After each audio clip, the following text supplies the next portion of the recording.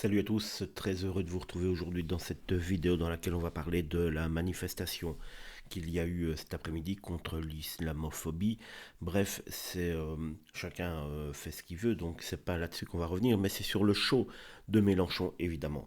Alors, journée très chargée, je pensais pas faire de vidéo en rentrant, mais quand j'ai vu les vidéos de Mélenchon qui pleurait face à cette femme et face surtout à la caméra, n'ayons pas peur des mots, je me suis dit quand même, mais purée, quelle bande d'hypocrites. Déjà, ce sont eux, la LFI, qui mettent de l'huile sur le feu depuis maintenant de très très nombreuses années en France, et ils n'arrêtent pas tout le temps d'essayer de stigmatiser les communautés différentes et de mettre tout le monde l'un contre l'autre.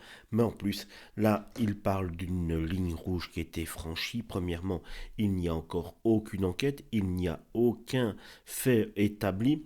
On nous a d'abord dit, pour rappeler les choses, on nous a d'abord dit que c'était deux fidèles qui s'étaient entretués dans cette mosquée à la Grande Combe, puis après il y aurait eu donc une personne qu'on ne connaissait pas, et maintenant il y a eu une vidéo qui aurait été très peu de temps mise en ligne et retirée très rapidement, dans laquelle on aurait appris que celui-ci aurait préféré des menaces contre l'islam.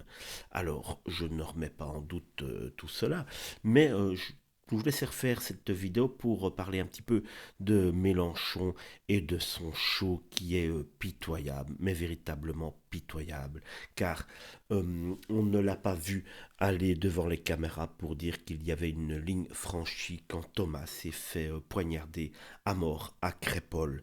Alors évidemment, on ne peut pas toujours tout se rappeler, mais il a suffi de demander par exemple à ChatGPT de me donner 5 ou 6 cas de personnalités qui ont été donc tuées ainsi, des personnalités françaises qui ont été tuées au nom de la religion depuis quelque temps.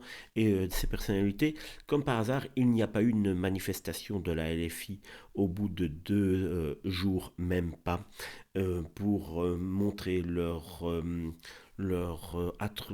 peur que le monde change. Donc c'est véritablement toujours dans un sens. Alors il y a eu l'assassinat de Samuel Paty le 16 octobre en 2020 à Conflans-Sainte-Honorine.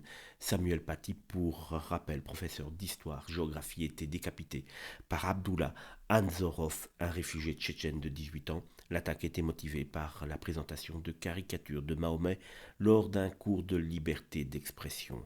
Et puis il y a eu l'assassinat également de Dominique Bernard le 13 octobre 2023. Pas de manifestation de la LFI, pas de pleurs de Jean-Luc Mélenchon. Dominique Bernard, pourtant enseignant, a été tué par Mohamed Mogouchkouf, un ancien élève radicalisé. L'attaque revendiquée par l'État islamique a également blessé 3 autres personnes au nom de la religion. Jean-Luc Mélenchon n'a pas pleuré. En 2020, le 4 avril, il y a eu l'attentat de Romans-sur-Isère. Abdallah Ahmed Osman, réfugié soudanais, a tué 2 personnes et en a blessé 5 autres lors d'une attaque au couteau dans le centre-ville. Il a déclaré avoir agi au nom d'Allah. Pas de pleurs, pas de manifestation de la part de la LFI. Le 3 janvier 2020, Nathan Chiasson, converti à l'islam, a tué un homme et blessé 2 autres lors d'une attaque au couteau dans un parc. Il a épargné une personne après avoir confirmé qu'elle était musulmane. Pas de pleurs de Jean-Luc Mélenchon.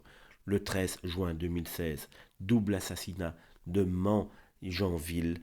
Larossi Abdallah, islamiste radical, a tué un policier et sa compagne à leur domicile. Il a revendiqué son acte au nom de l'État islamique.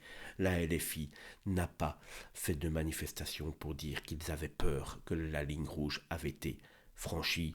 Attentat du pont de Birk Hakem, le 2 décembre 2023 à Paris.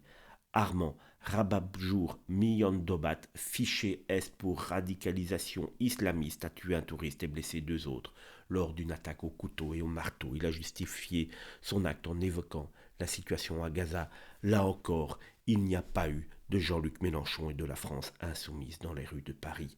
Jean-Luc Mélenchon et la France insoumise sont tout simplement en train de foutre la France dans une situation dont on va mettre des années à se relever. On regarde tous cela de loin Et certains en rigolent encore sur les réseaux sociaux, d'autres laissent faire les politiques, les politiques rentrent dans le jeu de Jean-Luc Mélenchon. Personne ne montre véritablement le visage de cet homme qui, depuis longtemps, a compris qu'il ne serait jamais ce ce qu'il avait rêvé, c'est-à-dire de devenir président de la République. Et depuis qu'il l'a compris, celui-ci n'a qu'une seule idée, c'est de foutre le bordel et la France à feu et à sang. Et il y arrive tout doucement. Jean-Luc Mélenchon est vraiment un danger pour la France.